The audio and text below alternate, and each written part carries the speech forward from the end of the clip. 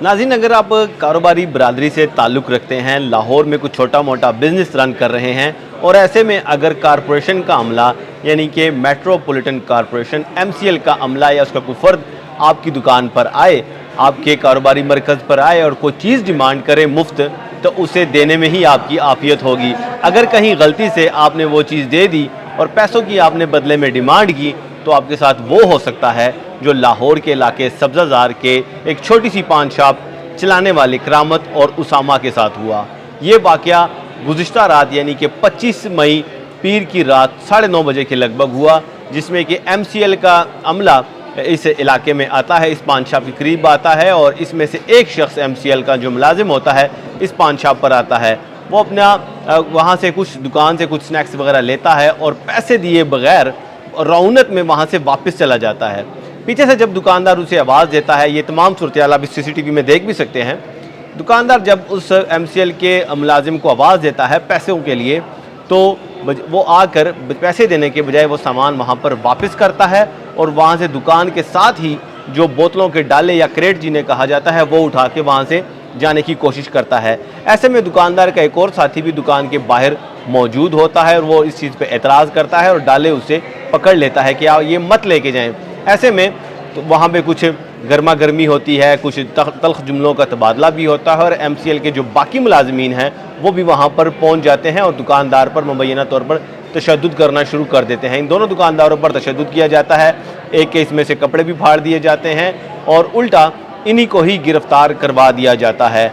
और अब ये दोनों जो अफराद हैं, उसामा और करामत, इन पर मुकदमा दर्ज कराने के बाद और उल्टा तशद्दुद का इल्ज़ाम भी इन पर लगाया जाता है। कार सरकार मुराखलत और दीगर भी कुछ मुकदमात उसमें दफ़ात उसमें लगाकर इन्हें गिरफ़्तार करवा के थाना सब्ज़ाज़ार में हवालात में बंद करवा दिया गया है।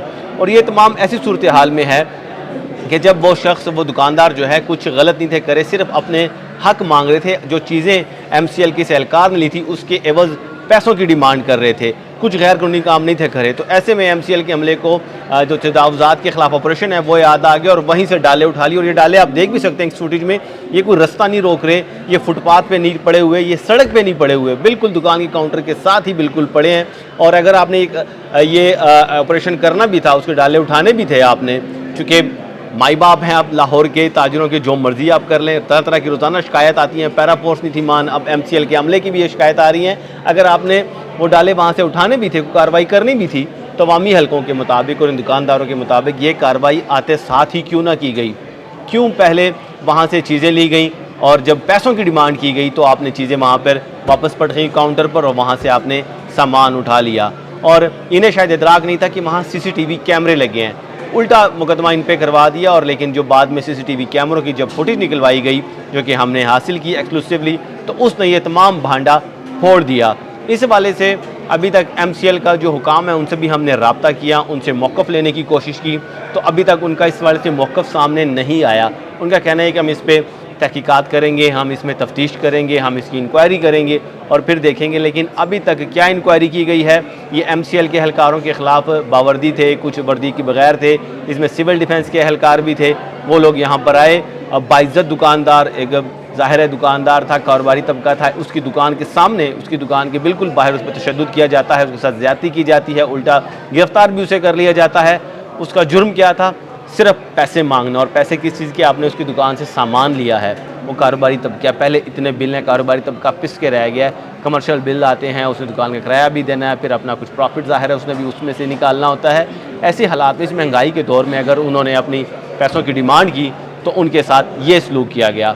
तो बहरहाल ये थी आज की स्टोरी और इस हवाले से कुछ अपडेट्स आती हैं तो वो भी आपके साथ शेयर करते रहेंगे। फिल वक्त तक के लिए इजाज़त दीजिए अपने मेज़बान ताहिर जमील ख़ान को। इंशाअल्लाह जल्द हाजिर होंगे एक नई स्टोरी के साथ। अल्लाह निगहबान।